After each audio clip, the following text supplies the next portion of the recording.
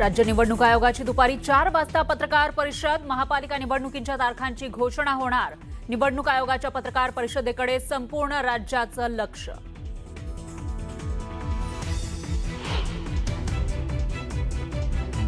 पालिका निवडणुका जाहीर होण्यापूर्वी नगरविकास खात्याकडून पालिकांना 74 कोटींचा निधी वितरित. 13 प्रमुख पालिकांसाठी महायुतीकडून निधी वितरित.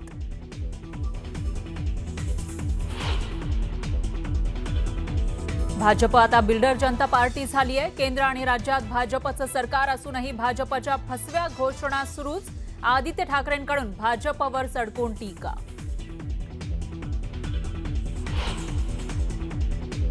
ठाकरेंच्या शिवसेनेला रामराम करत तेजस्वी घोसाळकर यांचा भाजपमध्ये जाहीर प्रवेश. भाजप जी जबाबदारी देईल ती पार पाडणार. पक्षप्रवेशावेळी तेजस्वी घोसाळकर यांची प्रतिक्रिया.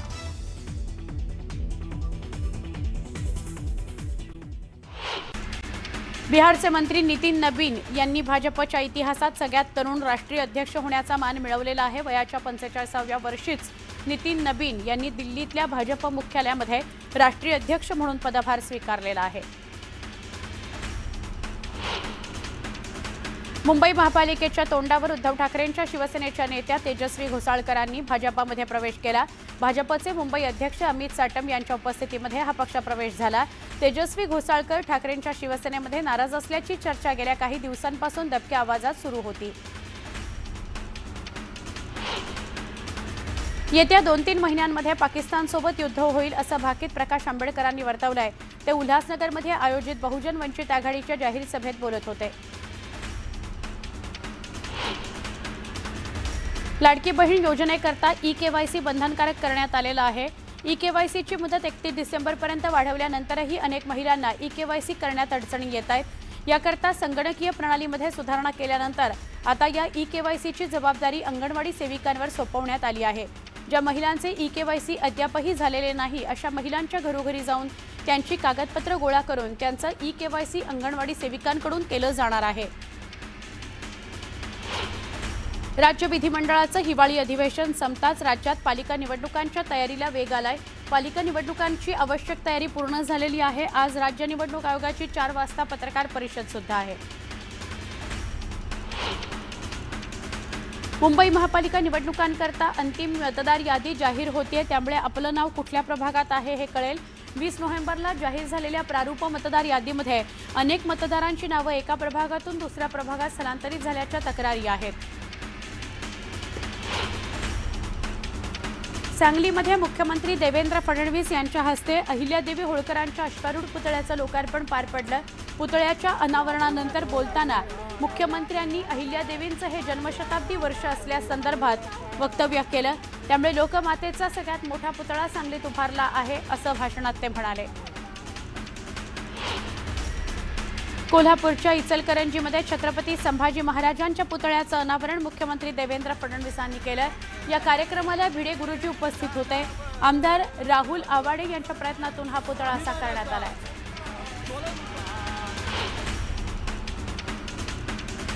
मुंबई गोवा महामार्गाचे रखडलेले काम लवकरात लवकर पूर्ण करण्याकरता राज्याचे रोजगार हमी आणि फलोत्पादन मंत्री भरत गोगावले यांनी केंद्रीय रस्ते वाहतूक मंत्री नितीन गडकरींना निवेदन दिलंय. या निवेदनामध्ये गोगावले यांनी मतदारसंघातून जाणाऱ्या रस्त्यांबाबत प्रमुख 4 मागण्या केलेल्या आहेत. एप्रिल 2026 मध्ये मुंबई गोवा महामार्ग पूर्ण होईल असं आश्वासन गडकरींनी त्यांना दिलं. छत्रपती संभाजीनगर महापालिका निवडणुकीकरता मतदार याद्या अंतिम करण्याचं काम सुरू झालंय. प्रारूप मतदार याद्यांमध्ये असलेले आक्षेप दुरुस्ती करण्याकरता आणि याद्या अंतिम करण्याकरता मनपा अधिकारी कर्मचारी मौलाना आझाद संशोधन केंद्रात तळ ठोकून बसले होते. छत्रपती संभाजीनगर महापालिका निवडणुकीच्या दृष्टीने महत्त्वाची असलेली प्रभागनिहाय अंतिम मतदार यादी प्रसिद्ध केली जाणार आहे. प्रारूप मतदार याद्यांवर दाखल झालेल्या 7567 आक्षेपांचं निराकरण करून दुबार नावं वगळल्यानंतर ही अंतिम यादी जाहीर केली जाणार आहे अशी माहिती समोर येते. नागपूर महानगरपालिका निवडणुकीकरता अंतिम मतदार यादी जाहीर होणार आहे. दुबार मतदारांच्या नावांपुढे डबल स्टार असणार आहे.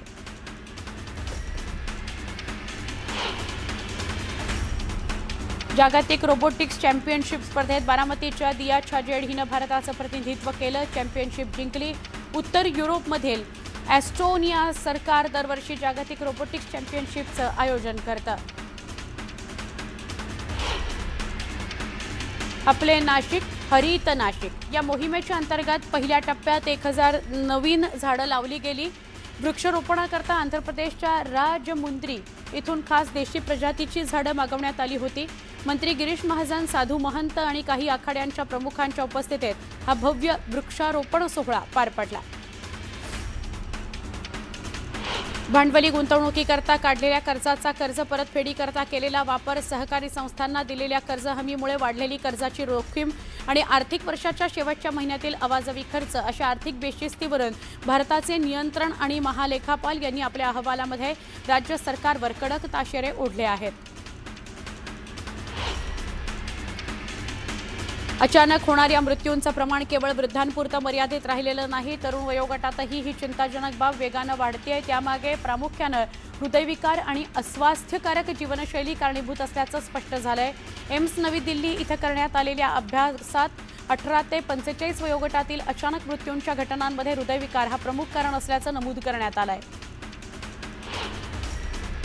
रनवे ऑफ द फ्युचर या संकल्पनेवर आधारित नवी मुंबईतल्या प्रॉपर्टी एक्झिबिशन, ज्याला मोठ्या उत्साहात सुरुवात झाली, या प्रदर्शनाचं उद्घाटन नवी मुंबई महापालिकेचे आयुक्त कैलास शिंदे यांच्या हस्ते पार पडलं. दादर रेल्वे स्थानकावरील गाड्यांची वाढती वर्दळ लक्षात घेता पश्चिम रेल्वेनं इथं अतिरिक्त मार्गिका आणि प्लॅटफॉर्म उभारण्याचं काम सुरू केलेलं आहे. हे काम पावसाळ्यापूर्वी पूर्ण करण्याचं उद्दिष्ट आहे. रेल्वेनं तशी घोषणा केली आहे. नव्या प्लॅटफॉर्मला क्रमांक 8 दिला जाणार आहे. वायू आणि ध्वनी प्रदूषणाला प्रतिबंध करण्याकरता जाहीर केलेल्या सूचनांचं पालन न केल्यामुळे नवी मुंबई महापालिका प्रशासनानं शहरातील 18 गृहप्रकल्पांचं काम बंद पाडलंय. कारवाईच्या या बडग्यामुळे रिअल इस्टेट वर्तुळात खळबळ उडाली. वातावरणात धुळीचे कण वाढल्यामुळे हवा प्रदूषित झाल्यानं नागरिक हैराण झाले होते. त्यामुळे पालिका प्रशासनानं धूळ ओकणाऱ्या बांधकाम प्रकल्पांवर विशेष लक्ष केंद्रित केलं. गेल्या कित्येक वर्षांपासून रखडलेल्या गोरेगाव मुलुंड जोडरस्ता या पालिकेच्या महत्वाकांक्षी प्रकल्पाच्या 4थ्या टप्प्याच्या कामाकरता मुंबई महापालिकेने नुकतीच निविदा मागवली. मुलुंड ते ऐरोली टोल नाक्यादरम्यानच्या कामासाठी ही निविदा मागवली गेली आहे. या कामाकरता 1293 कोटींचा खर्च अपेक्षित आहे.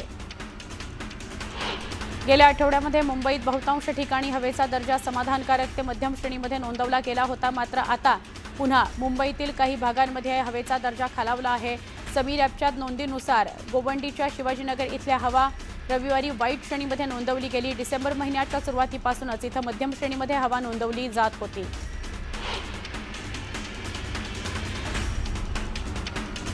हवेच्या खराब गुणवत्तेमुळे मुंबईतील नागरिकांना अस्वस्थ वाटण्याचं प्रमाण वाढलंय. शहर आणि उपनगरांच्या अनेक भागांमध्ये हवेची गुणवत्ता खराब झालेली आहे. त्यामुळे मुंबईकरांच्या आरोग्यावर विपरीत परिणाम होण्याची शक्यता आहे.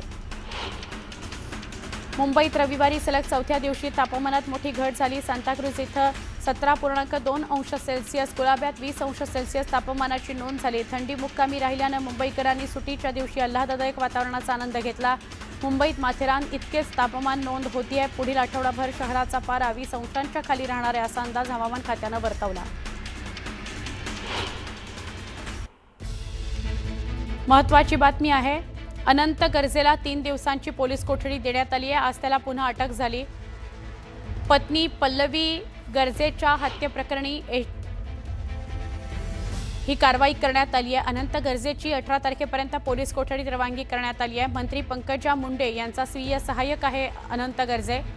SITने अनंत गर्जेला अटक केली आहे. अनंत गर्जेला पत्नी आत्महत्ये प्रकरणात अटक करण्यात आली आहे. तरी आरोपीच्या दाव्यात संदिग्धता आढळल्यानं वाढीव पोलीस कोठडीची SITची मागणी होती. अद्याप फरार आरोपींना अटक करणं बाकी आहे. तसंच आरोपीला त्यांचा ठावठिकाणा माहीत असल्यानं त्या संदर्भातही चौकशी करायची आहे असं SITनं त्याला अटक करतेवेळी सांगितलं.